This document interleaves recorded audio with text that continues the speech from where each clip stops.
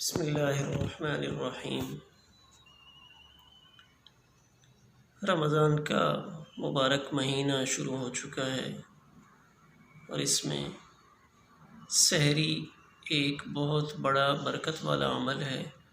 سحری کے بارے میں کچھ گزارشات کروں گا۔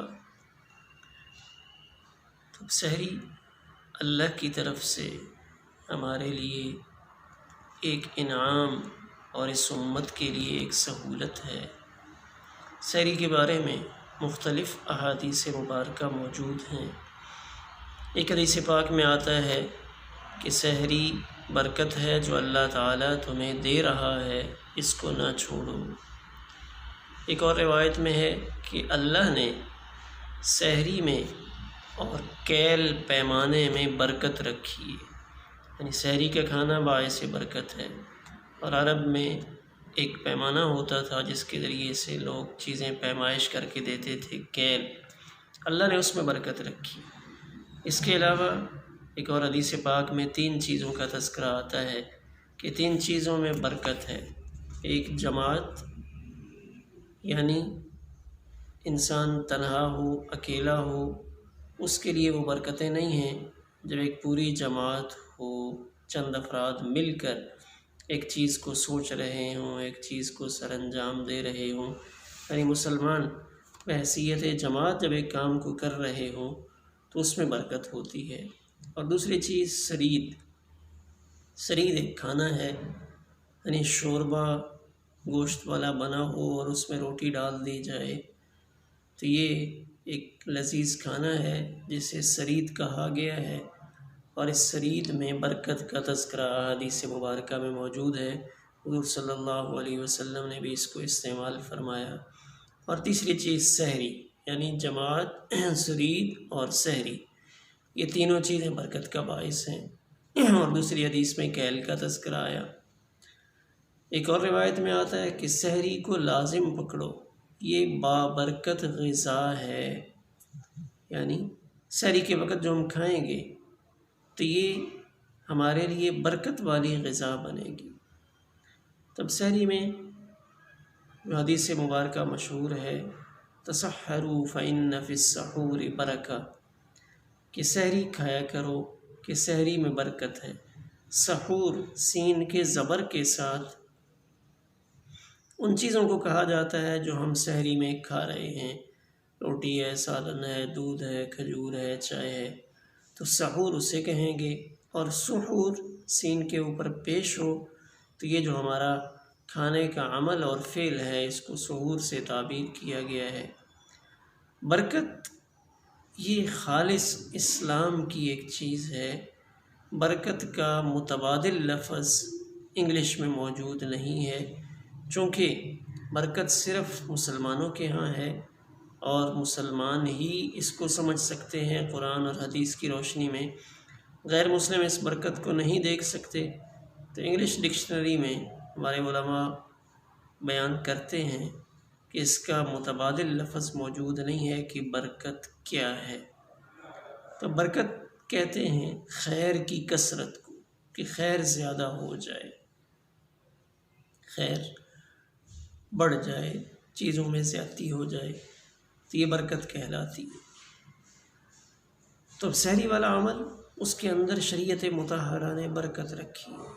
اب سحری میں برکت کا سبب کیا ہے کہ جب انسان سحری کر لے گا تو یہ سحری روزے دار کو قوت اور چستی فراہم کرے گی۔ سحری کھانے سے اس کو قوت ملے گی، روزے کے اندر آسانی پیدا ہوگی اور ساتھ ساتھ ثواب بھی ہوگا۔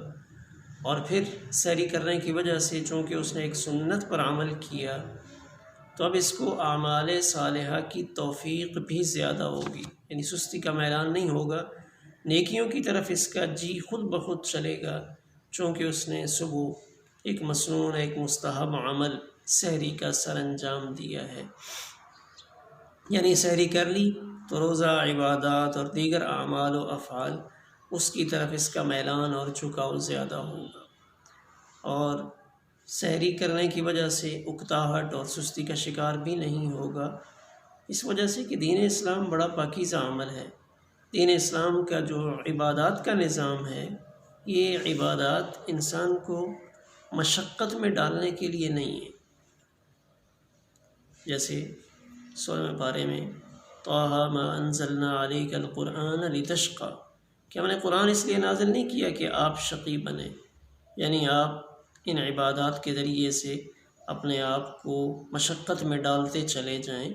عبادات کا نظام وہ تو اللہ نے تطہیر اور پاکیزگی کے لیے بنایا ہے کہ انسان اپنے آپ کو گناہوں سے پاکیزہ کرے.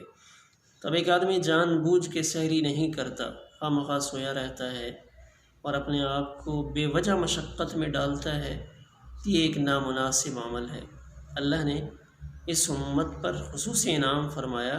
حدیث پاک ہے مسلم شریف کی، حضور صلی اللہ علیہ وسلم نے ارشاد فرمایا کہ اہل کتاب اور ہمارے روزوں کے درمیان فرق ہی سحری کا ہے. کہ اہل کتاب ان کے لیے حکم یہ تھا کہ انہوں نے جب پچھلا روزہ کھول لیا تو اب اگر وہ سو گئے، یعنی انہیں مسلسل جاگنا پڑتا تھا، اگر وہ سو گئے تو اب انہیں سحری کھانے کی اجازت نہیں ہوگی، یعنی ان کا روزہ اسی وقت سے شروع ہو جائے گا. ابتدائی اسلام میں بھی ایسا حکم تھا، لیکن اللہ نے پھر اس امت کے لیے آسانی فرمائی اور سحری کھانے کی اجازت عنایت فرمائی. تو اب سحری چونکہ اس امت پر اللہ کا خصوصی انعام ہے، لہذا اس سحری کو خود بخود اپنے شوق سے اور اہتمام سے کرنا چاہیے، جس کی وجہ سے دن کے عبادات پر انسان کو قوت حاصل ہوتی ہے. اور پھر سحری کھانے کی ایک بڑی فضیلت بھی احادیث مبارکہ میں موجود ہے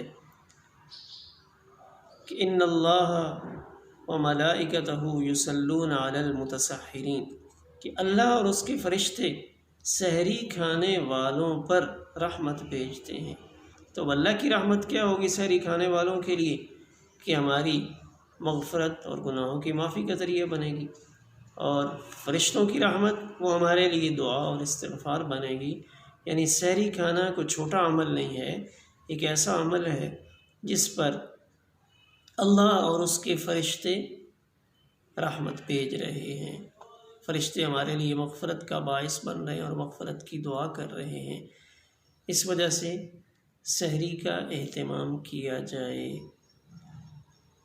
علماء نے، امام ابن العربی نے اور حافظ ابن حجر عسقلانی رحمۃ اللہ علیہ نے، کہ اس سحری کی برکات بڑی عجیب ہیں، ان کی طرف اشارہ کیا کہ سب سے بڑھ کر اس میں ایک تو اتباع سنت پایا جاتا ہے، دوسرا اللہ کی رخصت کو قبول کرنا، یعنی اللہ نے خود کہا کہ سحری کے وقت میں کھاؤ، تو ہم اللہ کی دی ہوئی رخصت کو قبول کر رہے ہیں اور سحری کھا رہے ہیں. اور اہل کتاب کی مخالفت، تیسری چیز کہ اہل کتاب کی مخالفت ہے کہ اہل کتاب وہ سحری نہیں کرتے تھے، تو ہم سحری کر کے اہل کتاب کی مخالفت کر رہے ہیں. اور چوتھی چیز، اس سحری سے کیا ہوگا؟ عبادات پر قوت حاصل ہوگی. جب انسان صبح سحری کر لے گا تو پھر اس کے لیے عبادات کرنا آسان ہوگا اور احسن طریقے سے دن کی عبادات کو سر انجام دے گا اور کھانے کی فکر سے فارغ ہو جائے گا. اگر سحری نہیں کی تو پھر انسان سارا دن یہی سوچتا رہے گا کہ کاش سحری کر لی ہوتی، اس کی توجہ ادھر رہے گی. لیکن جب وہ سحری کر لے گا تب سحری کرنے کے بعد کھانے پینے سے اس کی توجہ ہٹ جائے گی اور اس کا سارا زور رضائے الہی کو حاصل کرنے میں صرف ہوگا. سحری کب کی جائے؟ تو اب مختلف احادیث مبارکہ موجود ہیں. سحری کا وقت کہ سحری ہم کریں اس وقت میں